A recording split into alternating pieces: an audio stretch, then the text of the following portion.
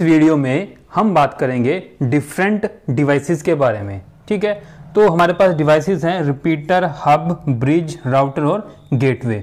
तो ये सारी हैं कनेक्टिंग डिवाइसेस। मीन्स एक नेटवर्क में अलग अलग डिवाइसेस को कनेक्ट करने के लिए हम इन जो डिवाइसेस का है यूज़ करते हैं। ठीक है, इनको दो कैटेगरी में डिवाइड किया गया है। एक है नेटवर्किंग डिवाइस, दूसरा है inter networking device. Networking device में आता है रिपीटर, हब और ब्रिज।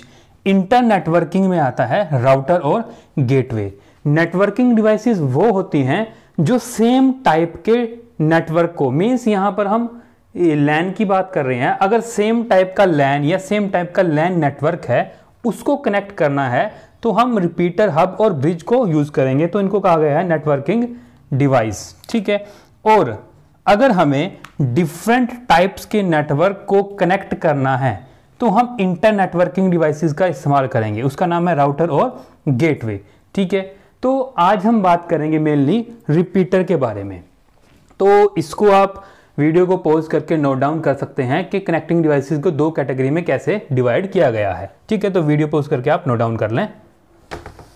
तो रिपीटर को बात करने से पहले हम ये देख लेते हैं, जो लैन होता है ना हमारे पास, लोकल एरिया नेटवर्क, इसकी चार टाइप्स होती हैं: ईथरनेट, टोकन बस, टोकन रिंग और FDDI। तो ईथरनेट तो हमारे पास था सिलेबस में, ईथरनेट कार्ड। तो ईथरनेट की इंट्रोडक्शन हमने ली थी, ईथरनेट नेटवर्क में क्या क्या होता है। लैन की दूसरी टाइप होती है टोकन बस और टोकन रिंग और FDDI। ये आपके सिलेबस में नहीं है। तो ये चार टाइप का होता है लैन। ठीक है बात।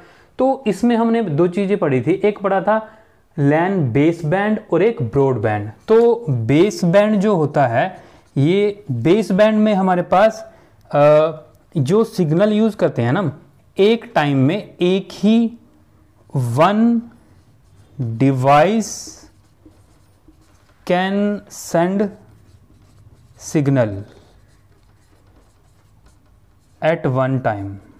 ठीक है, बेस जो हमारे पास बेस बैंड होता है, मान लो एक डिवाइस ये है और एक डिवाइस ये है, ये आपस में कनेक्टेड हैं। ठीक है, और ये A है, ये B है, इसने मैसेज भेजना है और इसने भी मैसेज भेजना है।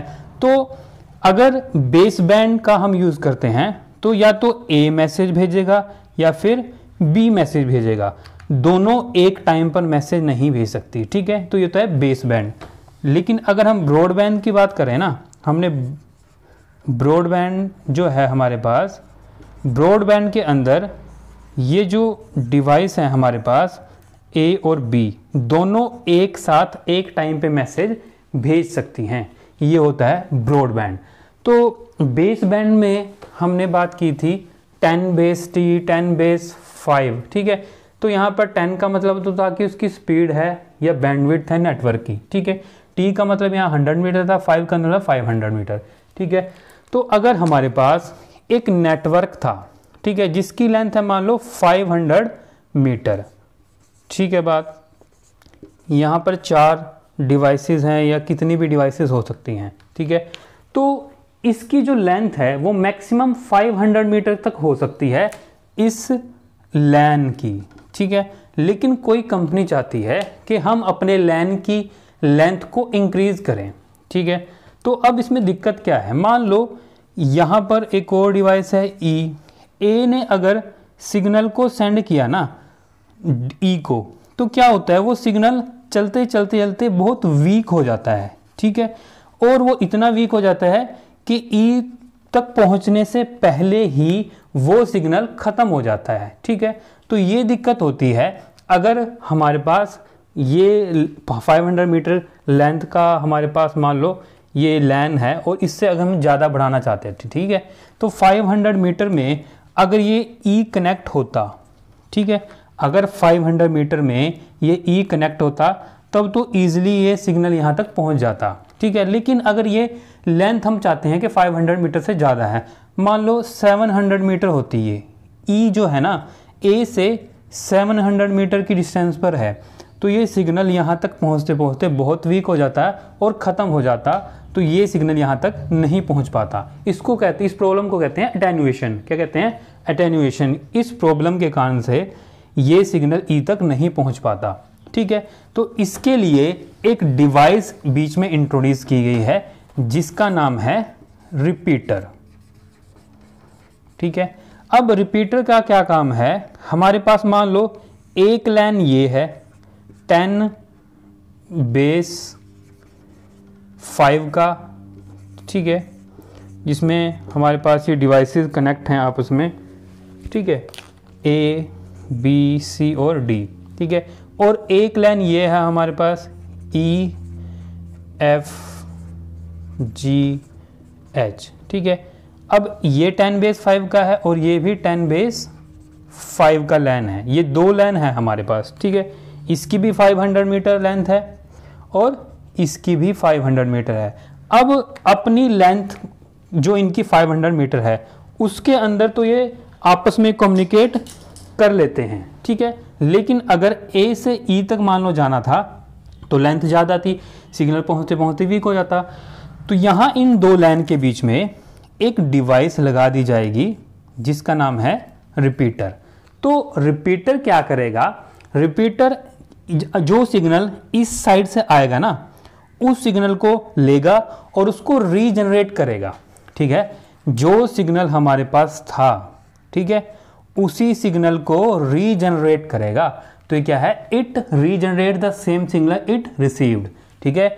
ये ऐसा नहीं है कि सिग्नल को बढ़ा देगा, सिग्नल को बढ़ाएगा नहीं, उसको रीजनरेट करेगा। बढ़ाने का मतलब होता है एम्प्लीफिकेशन, ठीक है, ये चीज आप समझना। अगर हम सिग्नल को बढ़ाते हैं वो होता है एम्प्लीफिकेशन, उसके एम्पलीट्यूड को बढ़ाना, ये होता है एम्प्लीफिकेशन। लेकिन यहां बात हो रही है रीजनरेट की, कि रिपीटर एक साइड के लाइन से सिग्नल को लेगा, उसको रीजनरेट करेगा और फिर दूसरी साइड पर भेज देगा, ताकि उसकी जो वीकनेस थी वो दूर हो और सिग्नल वैसे ही दोबारा जनरेट हो और जिस डिवाइस को भेजना है वहां तक वो पहुंच जाए, ठीक है। तो लेकिन यहां पर क्या होता है कि मान लो अगर ये A है, ठीक है, A सिग्नल भेजना चाहता है C को, ठीक है, A C को तो भेज देगा, लेकिन ये सिग्नल क्या है, आगे तक ट्रैवल करता है और ये रिपीटर के पास भी जाएगा। रिपीटर क्या करेगा, सो रीजनरेट करेगा और इस साइड पे भी ट्रांसमिट कर देगा, ठीक है। तो रिपीटर क्या है, ये एक हार्डवेयर डिवाइस है। क्या है, ये एक हार्डवेयर डिवाइस है। इसके अंदर सिर्फ यही मैकेनिज्म लगा है कि ये सिग्नल को, जो भी सिग्नल इसके पास आता है उसको रीजनरेट करता है और दूसरी साइड पे ट्रांसमिट कर देता है। तो यहाँ पर ये दिक्कत थी कि अगर A ने C को भेजना था तो A C के पास चला गया था, लेकिन वो सिग्नल सबके पास जाता है ना, तो रिपीटर के पास भी जाएगा और उसको रीजनरेट करके आगे भी भेज देगा। तो ये एक प्रॉब्लम है रिपीटर के अंदर, ठीक है जी बात। तो यहाँ पर ये जो डिवाइसेस हैं ये जब आपस में कम्युनिकेट करती हैं तो ये कुछ रूल्स फॉलो करती हैं, ठीक है। कुछ रूल्स हैं, कुछ फंक्शंस हैं, या फिर इनको कुछ प्रोसीजर्स फॉलो करने पड़ते हैं, ठीक है। वो प्रोसीजर क्या है, वो है OSI मॉडल। क्या है वो, OSI model, open system interconnection model. तो इस मॉडल में हमारे पास ये लेयर होती हैं, physical layer, data link layer, network layer, transport layer, application layer. इसमें दो लेयर और होती है बीच में, सेशन लेयर और प्रेजेंटेशन लेयर, ठीक है। वो अब यहाँ पर नहीं दिखाई। तो ये जो यहाँ पर डिवाइसेस हैं, ये हर एक डिवाइस में ये सारी की सारी लेयर होती हैं। OSI मॉडल की ये सारी की सारी लेयर होती हैं। लेयर में क्या होते हैं, फंक्शंस या प्रोसीजर कि कम्युनिकेट करने के लिए जो प्रोसीजर फॉलो करना पड़ता है वो इन लेयर के अंदर हमारे पास कोडेड है, ठीक है। तो ये हर एक डिवाइस में होता है। तो ये जो रिपीटर होता है ना, रिपीटर ये बेसिकली काम करता है फिजिकल लेयर पर। OSI मॉडल की जो फिजिकल लेयर है उसके ऊपर काम करता है। मींस फिजिकल का मतलब ये सिग्नल को रिसीव करता है और आगे रीजनरेट करके भेज देता है। तो ये होता है physical layer, data link layer, network layer, transport layer और एप्लीकेशन लेयर। तो ये OSI मॉडल की फिजिकल लेयर पर काम करता है। आगे बात समझ में।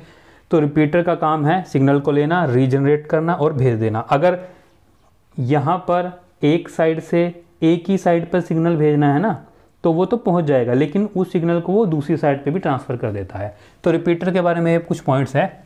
It connects to line segment of same type, ठीक है, हमने बात की थी ना कि सेम टाइप के लैन होंगे, या तो वो ईथरनेट ही होगा, या फिर वो टोकन बस होगा, या फिर वो टोकन रिंग होगा, या FDDI होगा। ठीक है, तो आप देख सकते, हमने बात की थी यहाँ पर, ये 10⁻5 है इधर, और ये भी क्या है 10⁻5। ठीक है, तो ये ईथरनेट की टाइप है ना, तो अगर दोनों तरफ सेम टाइप का अगर आपके पास लैन है, उन्हीं को ये आपस में कनेक्ट कर पाएगा, डिफरेंट टाइप के लैन को कनेक्ट नहीं करेगा। It operate at physical layer, ठीक है, फिजिकल लेयर पर काम करता है। कोलिजन आर हाई, कोलिजन का मतलब क्या है, मान लो ए ने भी सिग्नल भेज दिया और डी ने भी भेज दिया, ठीक है, दोनों इधर से आया, कोलाइड करेंगे, सिग्नल खत्म हो जाएगा। तो कोलिजन क्या है यहाँ पर पॉसिबल है, ठीक है, और कोलिजन क्या है, हाई है, हाई कोलिजन, जो कोलिजन की पॉसिबिलिटी है वो काफ़ी हाई है रिपीटर के केस में। अब यहाँ पर लिखा है all device are in one collision domain and it is n, means जितनी नंबर ऑफ डिवाइस आपस में कनेक्ट है ना, ये जितनी नंबर ऑफ डिवाइसेस कनेक्ट हैं, अगर वो सारी की सारी एक साथ सिग्नल भेजें तो सभी का सिग्नल कोलाइड कर जाएगा। ठीक है, तो सेम डोमेन का मतलब क्या है, अगर ये सिग्नल यहाँ से जनरेट हुआ तो वो इधर भी जा रहा था, इधर से जनरेट हुआ तो वो इधर भी जा रहा है। तो सिग्नल जब जनरेट हो रहा है वो ऐसा नहीं है कि इस लैन का सिग्नल इसी लैन में है, उस टाइप पे भी जा सकता है। वो किस केस में, अगर मान लो ये ए और सी एक ही साइड पे है ना, तो ये ए सी को भेजना चाहता था यहाँ तक तो चला जाएगा, लेकिन इधर तो हमने भेजना नहीं था। लेकिन रिपीटर में ऐसा कोई प्रोसीजर नहीं है कि वो सिग्नल को स्टॉप कर जाए, उसको तो रिसीव करना और रीजनरेट करना, इसीलिए वो दूसरी साइड पे भी पहुँच जाता है। तो ये क्या है, सेम डोमेन के अंदर है सारी की सारी, और डोमेन क्या है इसका n, कि मीन्स सारी की सारी डिवाइस आपस में कलेक्ट कर सकती हैं, कोलिजन डोमेन हाई है। और अगर यहाँ पर बात करें, अगर हम रिपीटर का यूज़ करते हैं तो लेंथ और रेंज और distance of LAN is increase.